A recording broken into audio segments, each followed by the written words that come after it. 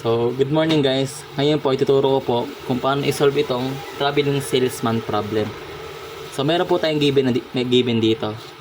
Kung mapapansin niyo po, sa row at column, meron po dito mga blank na value. Means wala pong value. Tapos, nilagyan po natin siyang label na ganito. Guhit. So, ang first step po gagawin natin is, lahat po ng value to, ikakopy lang po natin sa step 1. Then, lahat po ng walang value, ito pong nakita niyo pong guhit na to, gagawin po natin siyang infinity sign. So, after po magawa yon, proceed na tayo sa step 2 na tinatawag nating row deduction. So, lagi po natin tatandaan, ang row is pahiga po, then ang column po is paangat, vertical. So, paano nga ba ginagawa ang row deduction? Titingin po tayo sa row A. Hanapin po natin ang may pinakamaliit na value. Dito pa. Dito pala. Pinakamaliit na value.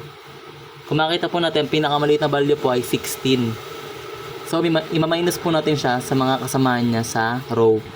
So, 46 minus 16 is 30. Kung makita niyo po. 16 minus 16 is 0. Then, 40 minus 16 is 24. Same procedure lang po sa lahat ng mga row. Hanapin po yung pinakamaliit na value. Ito po, dito po sa row B, 40 po pinakamaliit.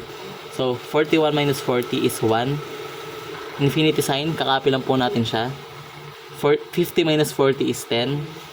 Then, 40 minus 40 is 0. Sa C naman po, ang pinakamaliit na value niya is 32. 82 minus 32 is 50. 32 minus 32 is 0. Infinity sign, kakopy lang natin. Then, 32 minus 60 minus 32, 28. Sa D naman po, 36 ang pinakamaliit niyang value. So, 40 minus 36, 4. Since 40 lang din naman ito, kakopy na lang natin. 36 minus 36 is 0. Tapos, infinity sign, kakopy na lang po natin yan. Yun. So, kung nakita niya po, solve na po ang step 2 na row deduction. After po nan, magpo-proceed na po tayo sa column deduction. Ang column deduction naman po is paangat. Pag ganito po siya, pag ganan. Dito po kayo mag-base sa yung magiging sagot po sa column sa step 3, dito niyo po i-base. Ganito po. Column A, ang pinakamaliit niyang value is 1. So, magiging 1 minus 1 is 40. Ay, 1 minus 1 is 0. 50 minus 1 is 49. 4 minus 1 is 3. Infinity sign po. Kinopy na lang po natin siya dito. 30 to 30.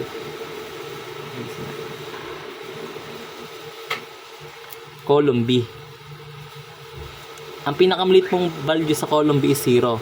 So, pag nakita niyo po 0 ang pinakamaliit na value, ikakopy nyo na lang po, wala na po siyang babaguhin. So, kinopy po natin, kita nyo po. 30, infinity sign, 30, infinity sign, 0, at 4. Sa column C naman po, kung makikita nyo po, 0 din ang pinakamaliit ng value. Kakopy na lang po natin siya. 0, 10, infinity sign, at 0. Column D naman, sa next column D. 0, may 0 din po pinakamalit na value. Kaya ikakopy na lang po natin. So, after masagutan tong column reduction, ang gagawin next na gagawin po is cancellation tapos selection po ng mga 0. So, paano siya ginagawa? First step po is titingin tayo sa row. Start po tayo sa row A. Row A. Pag may nakita po kayong 0, ibabox po natin. Kaya po kung napapansin nyo po, may box na po. Kasi nagawa ko na po siya kanina. May box na po. Then after may box, titingin tayo sa column niya. Column na box. Kapag may nakita tayong 0, ito po 0 po to ika-cancel po natin yan. X. Tapos halagyan ng guhit.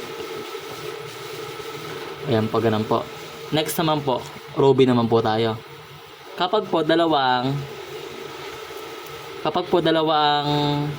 0, hindi po natin siya gagalawin. Papabayaan na lang po natin siya. Bali po, lalagpasan na lang po.